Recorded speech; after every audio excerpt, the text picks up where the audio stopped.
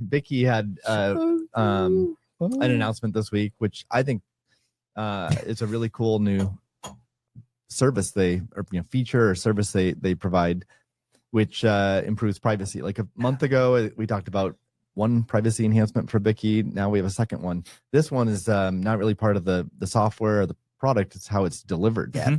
So I can speak from personal experience.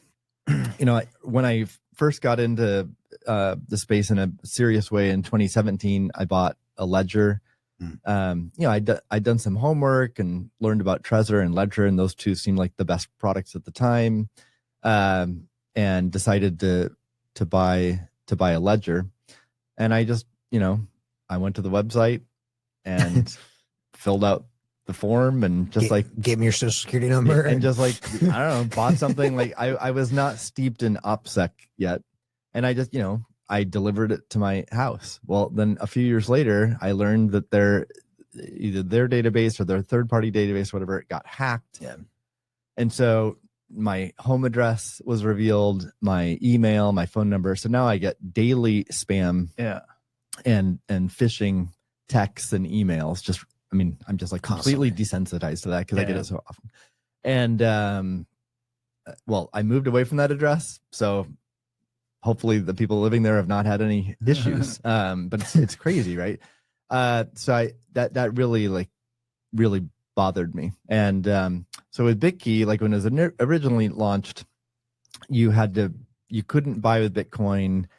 You had to give like an address, and sure, someone could set up like a non-home address, but most people are just going to just do what I did. And was it originally only available via like the e-commerce site, like Best Buy or whoever didn't carry Well, it? then they partnered with Best Buy, but you could only buy it online. So you're still providing personal identifiable information.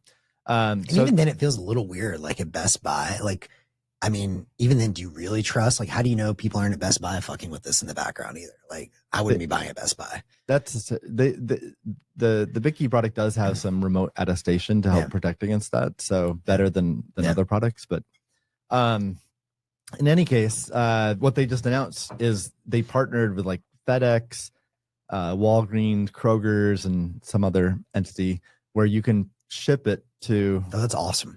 Like a FedEx and go pick it up there. So you can, and also you can pay. I mean, you've been able to pay with Bitcoin from, I think that was launched earlier this year.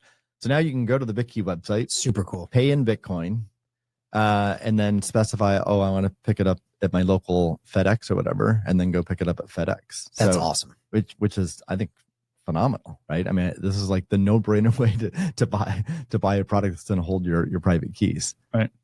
How do you think about some people who may not necessarily understand the importance of what that means? That enables you to have a hardware wallet in simple UX, which gives you a substantial amount of privacy by not having it linked to any personally identifiable information. But like maybe the skeptic would say, "Oh, I'm not doing anything wrong. Why does it matter?" So how would you explain? Like, I'm just thinking of, if I was explaining to my brother or somebody who's not, he like knows about Bitcoin a bit, but is not really into it. How would you explain why I would tell my story. Like I felt violated having my, my email, my phone number, and my home address all leaked to criminals who have a list of people they know own ledgers, or likely have cryptocurrency. And now, like I said, I get like daily phishing attacks trying to steal my cryptocurrency.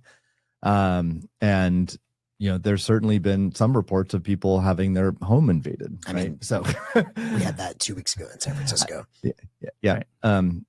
Like I on the home invasion, my own opinion, I think that's still like super rare and people shouldn't get super freaked out about that. But it obviously increases the probability of it happening to you if you're leaked in a list associated with cryptocurrency. Right. So I think, most people like your brother or whatever might not have that level of sensitivity to this issue, but sharing personal anecdotes and like concrete stories of what could go wrong, I think then makes it, they'd understand why it's important to do that. Do you think it's important to think about that with respect to KYC coins versus non-KYC coins? And like, is there there a piece of that that's kind of like the next step to think about? I mean, there's different types of, there's all kinds of different attacks that can happen, right? So so if the KYC stuff has nothing to do with phishing attacks to your phone number, your email address, or home invasions. Those are it's orthogonal attacks. Mm-hmm. But I guess my point is, you could imagine the 6102 government seizure of Bitcoin at some point. It seems that's another type. DK is really getting ready here. It seems like a possibility. It's just, I'm just saying, there's many, there's many attacks that can be on Bitcoin. This doesn't solve all of them. Right. This mitigates some of them. Mm-hmm. Do you in a way that like I'm not aware of any other product it's a unique feature. It's a great feature, by the way. Whoever thought that's a really good one. Do you already have the ability to time lock on Bitkey? I don't think so. I mean, that would be an amazing feature too. Cause like my favorite things are River unveiled force field. And increasingly over time, I love where Bitkey is going. I thought you meant consensus level time lock. Just application level. Is River doing? River's just application. It's application level. I thought it was consensus level. Well, anyways, either consensus level or application level, maybe both. Like I'd be interested in like maybe you could have like varying degrees. But increasingly seeing all that in the world, like honestly, as much as I love the self custody stuff, and I think I'm glad that Bitkey is moving, like I'm increasingly more in the camp of like let people like River with their time locks, just like, hey man, it's time locked in River. Like I think that's increasingly an attractive proposition for a lot of people. And I would love to see Bitkey it's a nice move feature. more in that direction. I've used Coinbase has had this since like 2016 or something. Really? Yeah. Oh wow. I mean, like the vault. They call it vault, right? They call it vault. It's an application level. It's the same thing as force field. So they've had it forever. I used it for a period of time. It's definitely, if you're going to store with a third party custodian, it's definitely a nice security feature, right? But it's certainly not impenetrable, right? Of course. I've seen many instances of where, in fact, just recently with Twitter X, they did some upgrade to their 2-factor, and I got locked out. A bunch of users got locked out. I remember that. And I was able to get in touch with X through connections, and they're offering over email, like, oh, we'll just like disable your 2-factor if to get in. Right. What? So, so it's application level, right? So all you have to do is trick some support person internally to like turn it off. So same with any kind of vault or force field.